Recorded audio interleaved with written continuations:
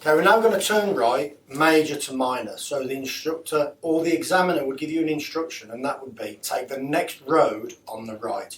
If you get that instruction, you know you're making a right turn into the side road. The approach is exactly the same. So it's going to be OSM PSL, observation, signal, manoeuvre into position, and once you're in position we're going to slow the bike down. Again, what we need to do on approach is use both brakes to slow the bike down, and this time I'm going to slow right down so that we've got the bike travelling at a very slow speed on approach, and it's a nice calm speed as we get into the final stages of the turn. As we approach here, our road position and signal confirms where we intend to go. On approach to this junction, you're going to find a lamppost in about this kind of area just here. So on approach, you're going to come onto both brakes, slow down with both brakes, and then when we get around where the lamppost is, most of the speed should be off, and then at that point we can come off the front brake. So we're just going to finish off now on the rear brake. And as we're moving in towards the junction, we need to think about a lifesaver. So anywhere between the lamppost and the start of the junction, we need to take a lifesaver over the right hand side. This would ensure there are no fast moving vehicles that have decided to come past and make an overtake. As we look forward, we should have completed the slowing down, release the brake if it's clear, and then as you look forward it's clear, we then commit ourselves into the right turn. Once we're in the new lane, cancel signal, and then once the bike's straight, then we can accelerate away. Again, as we're turning into the side road, keep your head up. We should be looking for any hazards in the new lane, and also we should be looking for any new speed limit, and if there's a new speed limit they'll be found on the left and the right hand side of the road. Sometimes they're just found on one side, but mostly they're found on both sides of the lane.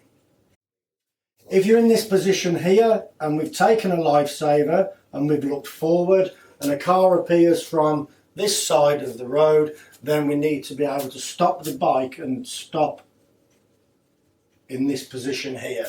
What we don't want to do is overshoot the junction, and what we don't want to do is stop too short, because that would allow the cars from here to come out in front of us, and if we overshoot then we're going to end up doing what we call a swan neck, and that would be bringing the bike around in that position.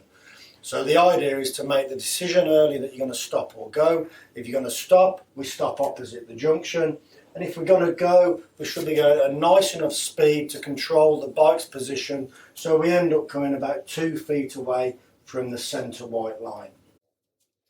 By turning into that position, you'll end up nicely in the middle of the lane here, which will give you maximum view into the road. If you are coming too fast into the junction, the possibility is to cut the corner, because what most people do is they turn in too early because they're carrying too much speed.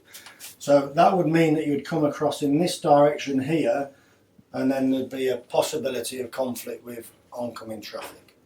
If you stop at the junction here, before we go, we need to carry out a lifesaver.